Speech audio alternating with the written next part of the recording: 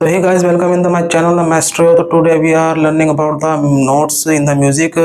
So we will know today कि notes क्या होते हैं म्यूजिक के अंदर, और some we will know some short brief about the notes. So don't waste the time and let's start.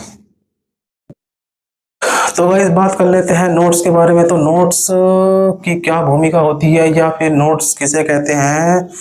तो according to me guys, notes की बात करूँ तो मैं नोट्स क्या है, नोट्स ये वह फ्रिक्वेंसी है या फिर वह साउंड की वह फ्रिक्वेंसी है जिसके द्वारा हम जो है किसी भी एक पिच या एक ड्यूरेशन में जो है उसको बजा सकते हैं या फिर उसके हिसाब से जो है कोई मेलोडी या फिर कोई गाना तैयार कर सकते हैं। उसी को हम नोट्स कहते हैं।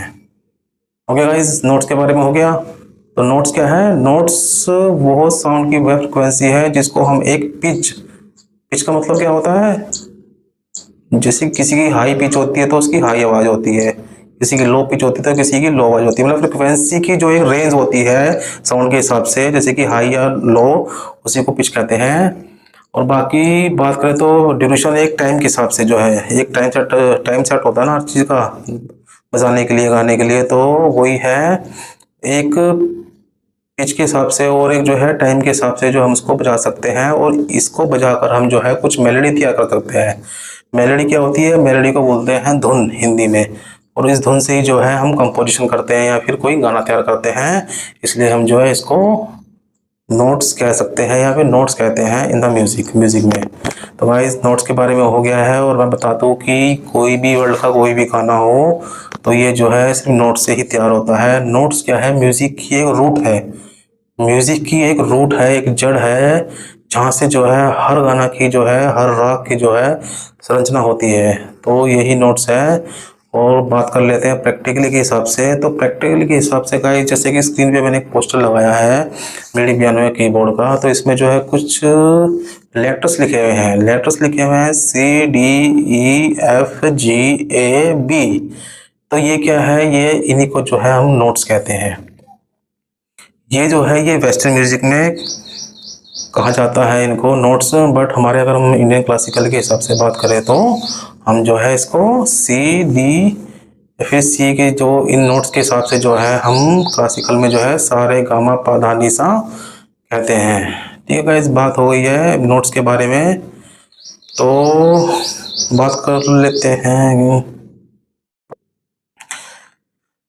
तो गाइस बात कर लेते हैं और थोड़ा सा एक्सप्लेन करके नोट्स के बारे में। तो नोट्स के बारे में हमने कुछ पहले भी बात करी है, तो फिर थोड़ा सा और डीपली जाते हैं, क्योंकि हम चैप्टर यहाँ पे नोट्स का लेके आए हैं। तो जितना हो सकता है हमारे हमसे हो सकता है तो हम आपको उतना नोट्स के बारे में बताने की कोशिश करेंगे, ताकि आप जो है अच्छे से सीख पाओ without any fees and without any expenses के। तो गाइस बात कर लेते हैं हम जो है इंडियन क्लासिकल और वेस्टर्न म्यूजिक के बारे में। दोनों को हम जो है साथ में लेके चलेंगे, ताकि जितना हो सकता है हम उसको जो है कवर कर सकें।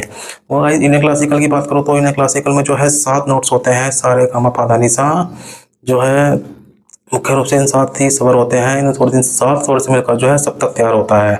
और मैं वेस्टर्न म्यूजिक में बात करूँ तो वेस्टर्न म्यूजिक में गाइस जो नोट्स होते हैं वो भी 7 हैं, जो हमारे CDEFGAB, और इन्हीं नोट्स से मिलकर जो हमारा ऑक्टेव तैयार होता है।